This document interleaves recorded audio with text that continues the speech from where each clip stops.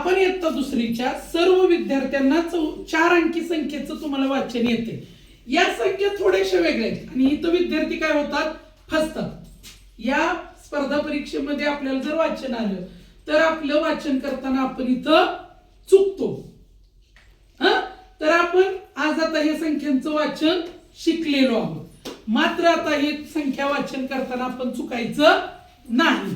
की इथं 4 अंकी संख्या दिसते की लगेच आपण वाचन कसं करणार आहे बघूया. अभिमन्यू चला वाचा. 1005 5008 8009 9009 7005 चला 6004 4005 9001 2005 3008 8004 5005 6003 3003 8000 7008 झालं.